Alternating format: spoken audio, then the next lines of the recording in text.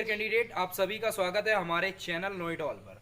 आज हम लोग बात करेंगे पार्ट 4 की ज्योग्राफी के लेक्चर 4 के बारे में और डिस्कस करेंगे कि लेक्चर 4 में क्या क्या है। हमने पिछले लेक्चर में आपको बताया था भारत का अक्षांशी एवं देशांतरी विस्तार, लेकिन आज के लेक्चर में बताएंगे आपको कि भारत के कितने स्थलीय राज्य हैं जो इंटरनेशनल रेखा से जुड़े हुए हैं, इंटरनेशनल लाइन से जुड़े हैं। भारत के कितने तटीय राज्य हैं जो समुद्री लाइन से यानी कि इंटरनेशनल लाइन नीचे भी बनती है, जो पानी की तरफ हैं और नीचे की तरफ हैं, ऐसे कितने राज्य हैं। और आपको ये भी बताएंगे कि भारत के कितने लैंड लॉक्ड एरिया हैं। लेकिन आज हम बात कर लें पहले कि भारत का कितना क्षेत्रफल है और भारत का कितना जनसंख्या है, इसके बारे में थोड़ा सा देख लेते हैं 2 मिनट। फिर इसके बाद हम बात करते हैं भारत की स्थलीय और जलीय सीमा के बारे में। ठीक है, तो जैसा कि हम देखते हैं भारत का इस समय जो करंट डेटा है, उस समय क्षेत्रफल के अनुसार भारत का पूरे विश्व में जो स्थान है वो रैंक है, जो वो कौन सी रैंक है, 7वीं रैंक है, यानी 7वां स्थान है। अगर बात करें कि पूरे विश्व का कितने परसेंट भाग भारत है, तो पूरे विश्व का 2.4% भाग भारत है। मतलब भारत की जो भूमि है वो कितने परसेंट है पूरे विश्व की, तो 2.4% है। अगर बात करें कि जनसंख्या के हिसाब से भारत का कौन सा स्थान है, तो जनसंख्या के हिसाब से अगर पूछे तो आपको बताना है भारत की जो रैंक है वो है दूसरी। और 2011 की जनगणना के अनुसार 2011 की जनगणना के अनुसार भारत की टोटल जनसंख्या अप्रॉक्स में 121 करोड़ थी, यानी 1.21 करोड़ थी। ठीक है, और इसके बाद अगर बात करें कि करंट सिचुएशन क्या है, तो करंट में सिचुएशन है 1.36 करोड़। और कुछ वैज्ञानिकों का मानना है, कुछ साइंटिस्ट का मानना है कि ये जो जनसंख्या है 2025 तक, जो अपने विश्व में सबसे ज़्यादा जनसंख्या चाइना की है, जिसके अप्रॉक्स में 142 करोड़ के आसपास है। ठीक है, तो इसको भी क्रॉस करने का 2025 तक वैज्ञानिकों ने बता दिया है कि भारत की जनसंख्या 2025 तक चाइना को भी क्रॉस कर जाएगी। इतनी बात आपको समझ में आ गई। अगर मैं बोलूं कि विश्व में, पूरे विश्व में क्षेत्रफल की दृष्टि से भारत की कौन सी रैंक है, तो आप बताएंगे 7वीं रैंक है। अगर हम पूछें कि पूरे जनसंख्या की दृष्टि से भारत में की विश्व में कौन सी रैंक है, तो आप बताएंगे दूसरी रैंक है। अगर जनसंख्या की बात करें तो 2011 की जनगणना के अनुसार 1.21 करोड़ थी। और अगर परसेंटेज की बात करें तो इसी जनसंख्या का 17% पूरे विश्व का पार्ट था, जो करंट में इस समय 19 to 20% हो रहा है। ठीक है, अगर जनसंख्या की बात करें तो 19 to 20% हो रहा है। अब बात करते हैं लाइव स्टॉक। एक होता है लाइव स्टॉक, का मतलब होता है पशुधन। भारत में लाइव स्टॉक जो है वो इस समय पूरे विश्व का 18% है। और 18% पूरे विश्व का मतलब सबसे ज़्यादा लाइव स्टॉक है। अगर पूछे कि भारत का लाइव स्टॉक के अकॉर्डिंग पूरे विश्व में कौन सा स्थान है, तो आप बताएंगे भारत का प्रथम स्थान है। किसके बारे में? लाइव स्टॉक के बारे में। पूछे कि भारत का लाइव स्टॉक के में कौन सा स्थान है, तो आप बताएंगे प्रथम स्थान है, यानी 18% भाग है। लेकिन आज का जो मेरा टॉपिक था, ये तो मैंने बेसिक आपको डिस्कस करके बता दिया। आज का जो मेरा टॉपिक है वो है भारत की स्थलीय एवं तटीय सीमा रेखा। तो इसके बारे में अगर हम हेडिंग डालना चाहें यहाँ पर, भारत की स्थलीय एवं तटीय सीमा रेखा।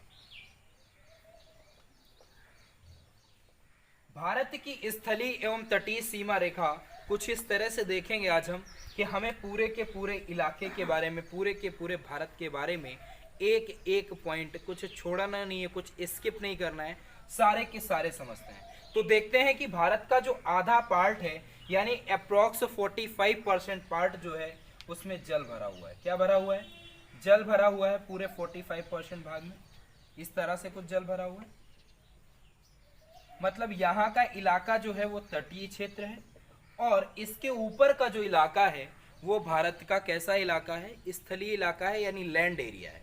अब बात करेंगे कि भारत की जो रेखा है अंतरराष्ट्रीय कितने देशों के साथ सीमा बनाती है, तो आपको बताना है आंसर पे 7 देशों के साथ। अब वो 7 देश कौन कौन से हैं?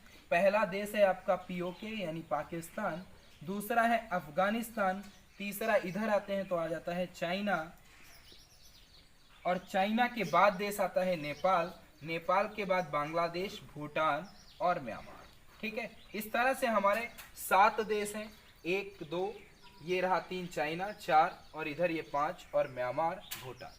तो इस तरह से हमारे 7 देश हैं जो भारत के इंटरनेशनल, भारत को 7 ओर से घेरे हुए हैं। ठीक है, अब मैं बात करूं कि भारत के कितने ऐसे राज्य हैं जो इंटरनेशनल सीमा से जुड़े हुए हैं। भारत के कितने ऐसे राज्य हैं जो इंटरनेशनल सीमा से जुड़े हुए हैं, अगर उनकी बात करें तो भारत के 16 राज्य ऐसे हैं जो इंटरनेशनल सीमा से जुड़े हैं, जो विदेशी रेखा से जुड़े हुए हैं, अंतरराष्ट्रीय रेखा से जुड़े हैं।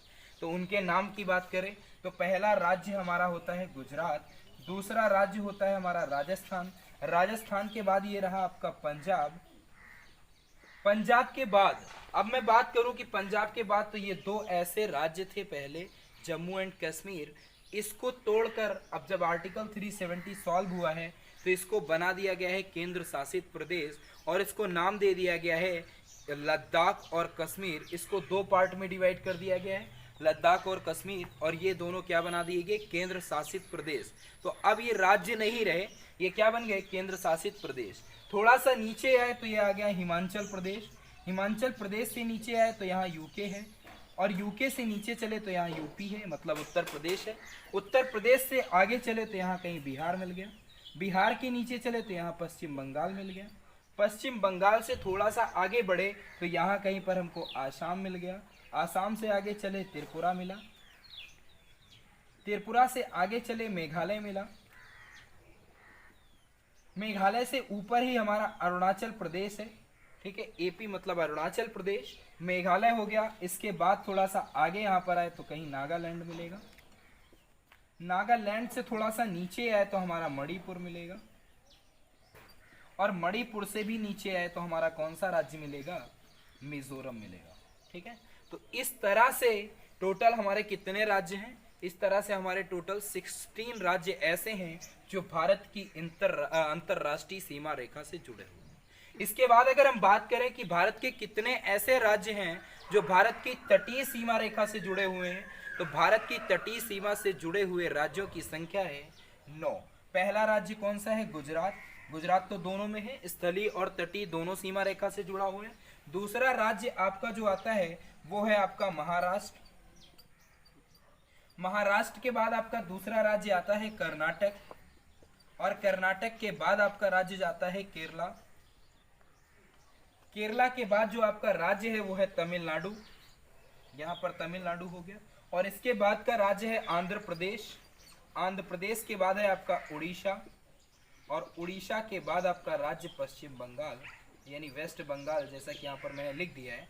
तो 9 राज्य ऐसे हैं जो भारत की तटीय सीमा रेखा से जुड़े हुए हैं। अगर आपको क्वेश्चन पूछे कि भारत के कितने ऐसे राज्य हैं जो स्थलीय सीमा रेखा से जुड़े हैं, तो आपको आंसर करना है 16। और अगर आपसे बात करें कि भारत के कितने ऐसे राज्य हैं जो तटीय सीमा रेखा से जुड़े हुए हैं, तो आपको आंसर करना है 9। ठीक है, अब यहाँ से मेन क्वेश्चन ये उठता है कि भारत के कितने ऐसे राज्य हैं जो अंतरराष्ट्रीय, तटीय एवं स्थलीय दोनों सीमा रेखा को साझा करते हैं। तो आपको आंसर करना है सिर्फ 2 राज्य ऐसे हैं जो भारत की अंतरराष्ट्रीय स्थलीय एवं तटीय दोनों रेखाओं से साझा करते हैं। तो पहला राज्य है आपका गुजरात, और दूसरा राज्य है यहाँ पर वेस्ट बंगाल यानी पश्चिम बंगाल, जो भारत की जल एवं स्थल दोनों तटीय एवं स्थलीय रेखा दोनों तरह से साझा करते हैं। ठीक है, इतना मैंने देख लिया। इसके आगे हम देखते हैं कि भारत के कौन से एरियाज लैंड लॉक्ड एरियाज हैं। ठीक है, आइए देखते हैं। 3 अब इसके बाद हम देखेंगे कि भारत में, जैसे हमने बताया कि स्थलीय और जलीय रेखा, तो सबसे बड़ा क्वेश्चन ये उठता है कि भारत के कौन से ऐसे राज्य हैं, भारत के कौन से ऐसे राज्य हैं जो दोनों सीमा रेखा साझा करते हैं। तो मैंने बताया कि गुजरात और पश्चिम बंगाल भारत की दोनों सीमा रेखा साझा करते हैं, यानी स्थलीय और तटीय दोनों करते हैं। लेकिन सबसे बड़ी बात यह आती है कि सबसे ज्यादा सीमा रेखा साझा करने वाला कौन सा राज्य है। तो सबसे ज्यादा स्थलीय सीमा रेखा साझा करने वाला राज्य पश्चिम बंगाल है। आंसर में आपको वेस्ट बंगाल करना है। और इसके बाद जो हमारा क्वेश्चन आएगा कि भारत के कितने एरियाज हैं जो लैंड लॉक्ड एरियाज हैं, मतलब इसकी हेडिंग क्या होगी, भू आवेष्टित क्षेत्र।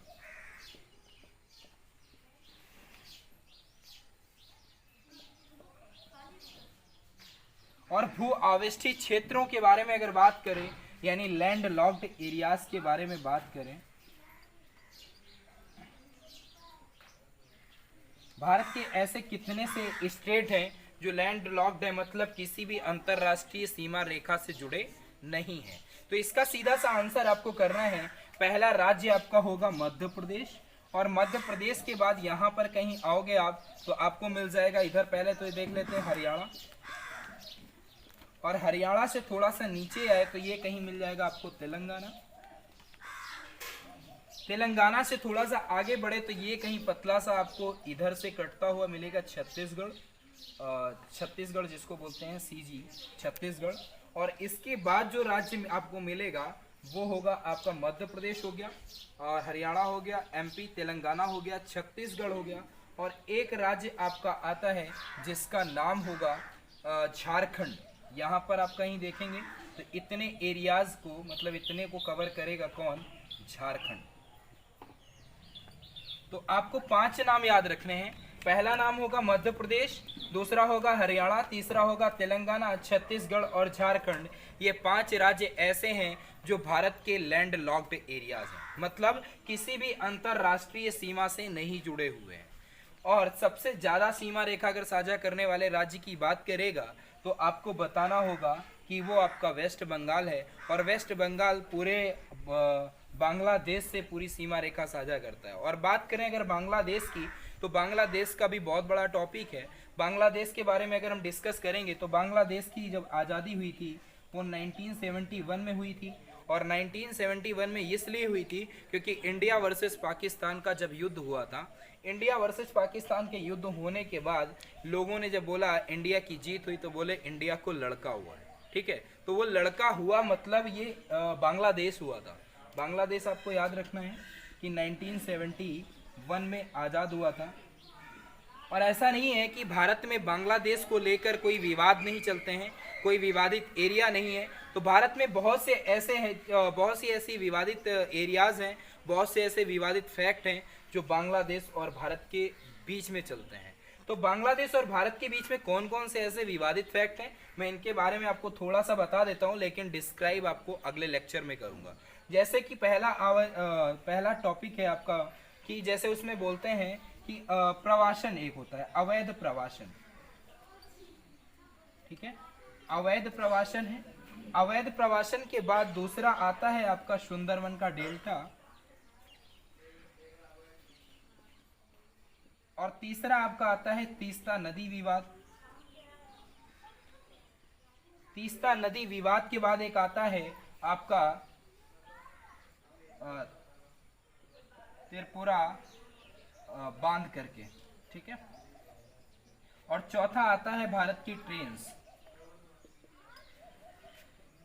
इन 5 एरियाज को लेकर भारत में विवाद चलता है बांग्लादेश के साथ। जैसे हम बात करें कि अवैध प्रवासन क्या है, तो बांग्लादेश के जो लोग हैं वो आसाम के इलाके में या पश्चिम बंगाल के इलाके में आकर कब्जा कर लेते हैं, तो उसको बताते हैं अवैध प्रवासन, जिससे इसका भारत क्या करता है, विरोध करता है।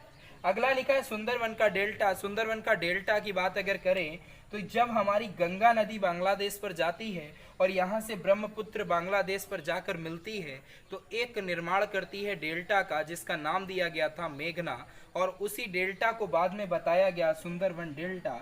और सुंदरवन डेल्टा का एरिया कुछ इस तरह से है, और यहाँ पर सुंदरवन डेल्टा को लेकर भारत और बांग्लादेश के बीच बहुत विवाद चलते हैं। मतलब बहुत सा बांग्लादेश कहता है कि नहीं ये मेरे कब्जे पर होना चाहिए, लेकिन इंडिया कहता है नहीं ये मेरे कब्जे पर होना चाहिए, तो इस चीज़ को लेकर विवाद चलता है। तो इस तरह से सुंदरवन डेल्टा। और सबसे मेन इंपॉर्टेंट क्वेश्चन आता है कि जो यहाँ पर गंगा नदी है बांग्लादेश पर जब जाती है तो उसका नाम बदल जाता है, और उस गंगा नदी का नाम क्या हो जाता है आपका, पद्मा। अगर कोई क्वेश्चन पूछे कि गंगा नदी बांग्लादेश पर पहुंचकर कौन सा नाम धारण करती है, कौन सा नाम अलॉट होता है, तो वहां पर पद्मा नदी है। और ब्रह्मपुत्र का कौन सा नाम हो जाता है, अगर ब्रह्मपुत्र की बात करें तो ब्रह्मपुत्र का नाम हो जाता है जमुना। और जब ये दोनों आपस में मिलते हैं तो उस एरिया को बोलते हैं मेघना।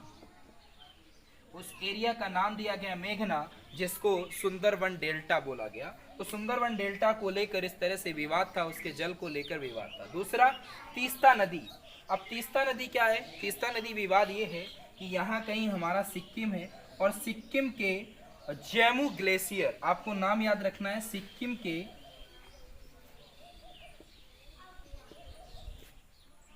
जैमू ग्लेशियर से तीस्ता नदी चलती है और सिक्किम के जैमू ग्लेशियर से ये होते होते सीधा बांग्लादेश पर आती है। और इस पर भारत को ऑब्जेक्शन रहता है कि यहाँ का जो पानी है, मतलब बांग्लादेश की जो ज़मीन है बहुत उपजाऊ है, तो बांग्लादेश कहता है कि नहीं, तीस्ता नदी का सारा जल हमको चाहिए, और भारत कहता है कि नहीं, तीस्ता नदी का सारा जल हमको चाहिए। तो इस पर क्या हुआ, एक ऑफिशियल नोट जारी किया गया और उस ऑफिशियल नोट के जरिए ये अलॉट किया गया कि भारत तीस्ता नदी का 39% भाग, यानी 39% पानी भारत यूज करेगा। यानी कौन यूज करेगा? इंडिया यूज करेगा। और इसके बाद 36% जल कौन यूज करेगा? बांग्लादेश यूज करेगा। और शेष बचेगा 25%। तो 25% जो जल होगा वो खुद रिवर के लिए आवश्यकता होगी। किसके लिए आवश्यकता होगी? रिवर के लिए, नदी के लिए। तो इस तरह से ये ऑफिशियल नोट जारी किया गया, ये डिसीजन लिया गया कोर्ट की तरफ से कि 39% इंडिया यूज करेगा, 36% बांग्लादेश यूज करेगा और इसके बाद 25% रिवर को आवश्यकता पड़ेगी। फिर आता है त्रिपुरा बांध, और त्रिपुरा बांध इस तरह से आता है कि भारत में एक यहाँ पर बांग्लादेश पर कहीं आती है बैराज नदी, एक आती है बैराज नदी, और यही बैराज नदी जब त्रिपुरा से होकर चलती है तो त्रिपुरा के राज्य में एक बनाया जाता है त्रिपुरा बांध। और उस त्रिपुरा बांध में ऑब्जेक्शन ये चलता है कि भारत इस पर बोलता है कि हम बैराज नदी का पानी बांग्लादेश पर नहीं आने देंगे। तो इसको लेकर जो बांध बना हुआ है, बांध बनाया है भारत में, तो उसको खोलने और बंद करने को लेकर बहुत बड़ा विवाद चलता है। इसके बारे में भी बताएंगे। इसके बाद लिखा है ट्रेन। तो भारत में कुछ इस तरह से 2 ट्रेनें हैं जो भारत यानी कोलकाता से आपके जाती कहाँ पर है? बांग्लादेश पर। और उन ट्रेन के आपको नाम याद रखना है। तो पहली ट्रेन है आपकी मैत्री, पहली ट्रेन का नाम है मैत्री एक्सप्रेस, और दूसरी ट्रेन का नाम है बंधन एक्सप्रेस।